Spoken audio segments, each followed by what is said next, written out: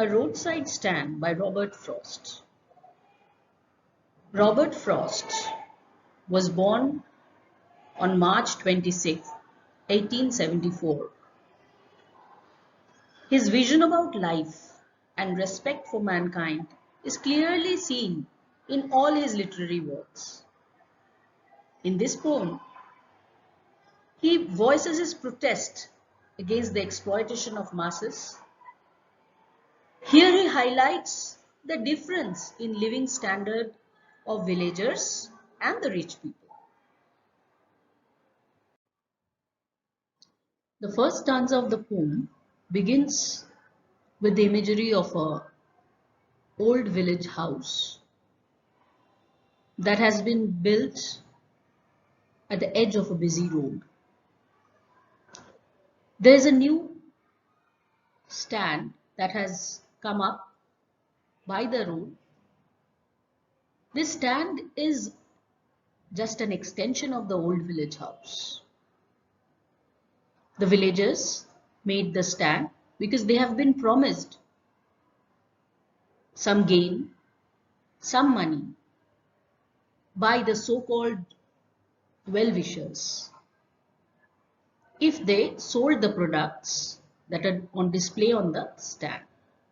So as you can well understand, children, these village people, they have some items which they grow in their field. They have some items that are on display in the roadside stand. And they expect that since the road is a busy road and since the traffic speed along this road, they would get noticed and people will buy their product, stop their carts and buy their product. That was the expectation of the villagers. But unfortunately, the villagers have been totally ignored by the busy traffic. The city people, they speed past the roadside stand in their sophisticated, nice cars and do not even bother about the roadside stand. And if ever they have to stop for some reason, they feel out of place. They feel that's not the right place for them. And they even complain that the shabby stand has spoiled the beauty of the landscape. They also complain of the N and S of this roadside stand written in an inverted manner, written wrongly. So taken together, this roadside stand, in their opinion, has spoiled the beauty of the landscape.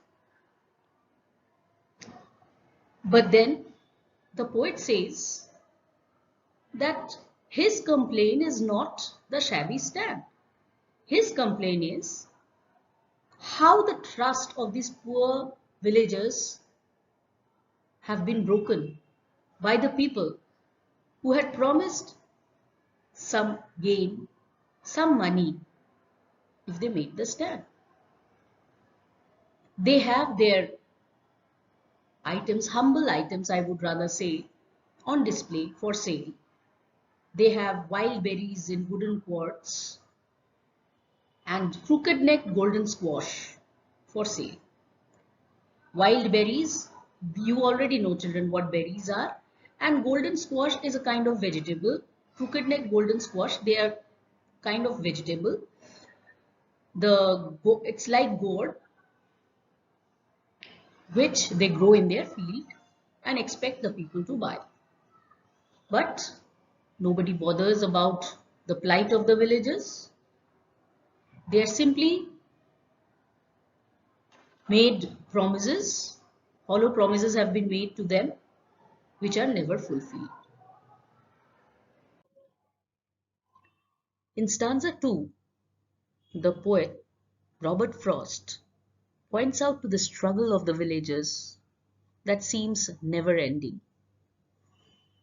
He says that the news is making rounds that these poor villagers, who he calls pitiful kin refers to the poor brothers of the villages, that they would be uprooted They would be uprooted from their own land and made to settle near theatre and store. That means they would huddle up near theatre and store. The rich people would buy their land, and in the name of development, they would plan skyscrapers there. And what do the poor villagers get in return? Nothing. They lose their land, they lose their old profession, that is farming, and they're without means of survival.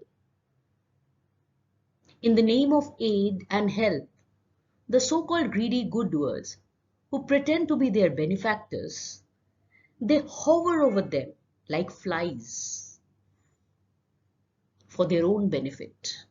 They exploit the poor villagers who are too naive to realize how they have been cheated. The poor villagers, they have been cheated, but they do not realize that they are being cheated. How would they realize? They are made to struggle the whole day for earning their own bread. It is calculated by the so-called good doers. By the good doers, the poet refers to the politicians or elites of the society. So what is their plan? What is the ploy of the elites? They plan to rob the villagers, who are basically farmers, from their meaningful work. And what is their meaningful work? Farming. When they won't have their own land, where will they farm? They would be forced to lead a life of suffocating idleness that will keep them awake even at night. Here the poet refers to the phrase, destroy their sleep, the ancient way. By this the poet means that in absence of hard labor in the field, they would be left sleepless even at night because they would be bereft of meaningful work. They would be left to do menial work in the theatre and store, which they do not understand. They have no clue about the work they are supposed to do now. However, the politicians give them charity instead of work, so that they remain idle and contented for a while and keep their eyes closed to the reality of their situation. Here the poet uses the phrase, they sleep all day. By this phrase, the poet means that they don't realize that they are being exploited.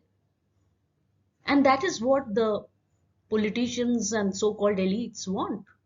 That these poor people, they don't realize their rights.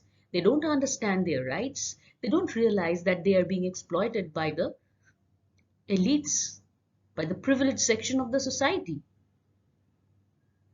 They have to struggle throughout the day to make both ends meet. The result is that they cannot even think for themselves. The elites of the society, they want to kill the ability of the villagers to think. This phrase, soothe them out of their wits, refer to the ability of the villagers to think, which is being killed by the elites of the society. In the third stanza, the poet is overwhelmed with emotions and feels that he can no longer bear the sorrow of the villagers who wait by the window of their small hut the entire day, expecting some car to stop and city people to buy their products.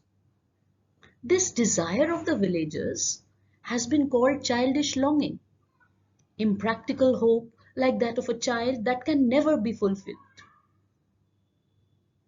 Their prayers for cars to stop remain unanswered, and evidently there is an atmosphere of gloom and unhappiness by the window. They wait all day long to sell their products, to see people emerge out of their car, but the footfall they expect in their stand doesn't happen. So that makes them sad. They feel cheated. However, if ever a cars stop, the city people add to the woes of the villagers by asking the price of the product on sale just like that. They don't buy, they simply ask what the price of their products are. Or sometimes they use the yard to turn back. Or simply they would inquire the way the road ahead leads to. Or if they sold a gallon of gas. The poet here is visibly irritated. He is agitated when he says it is clearly evident that the villagers didn't sell any gas. So the city people should not make a mockery of the condition of the villagers. It seems that they are making fun of the poor villagers by asking if they sold a gallon of gas. If they had enough money to buy a gallon of gas, indeed they wouldn't be selling berries and bottleneck goods.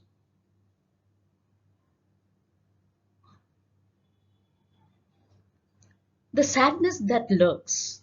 The poet uses this phrase. Here, the poet points out to the atmosphere of gloom and sadness that is visible by the window. The expectations of the villagers remain unfulfilled, so they remain sad. In the fourth stanza, the poet, Robert Frost, has gone a little overboard. He says that the politicians, they claim that the national economy has, undergone a marked improvement. But the country people, they deny it completely. They complain that the initiative of the privileged section of the society has never been directed towards the well-being of the poor villagers. That means that the privileged section of the society has not done anything meaningful for the poor villagers who struggle for their existence. On the contrary, they have reaped their own benefit by exploiting the poor people in the villages. The poor becomes poorer and the rich richer. The poet is fraught with emotions. He is extremely emotional. So he urges the elites of the society, the privileged section of the society, to do something about it. He suggests that these poor people of the villages should be put to death at one stroke to relieve them out of their pain. However, when sanity returns the following day, he realizes how ridiculous, humiliating, and patronizing his offer of instant death for the poor villagers has been. Here, he mocks at himself when he uses the word gently, accepting the fact that his thought of putting the villagers to death at one stroke has been wrong and cruel. So he suggests that if the elites of the society cannot do anything to improve the condition of the poor villagers, they should rather put the poet to rest. Give him death, but a gentle one.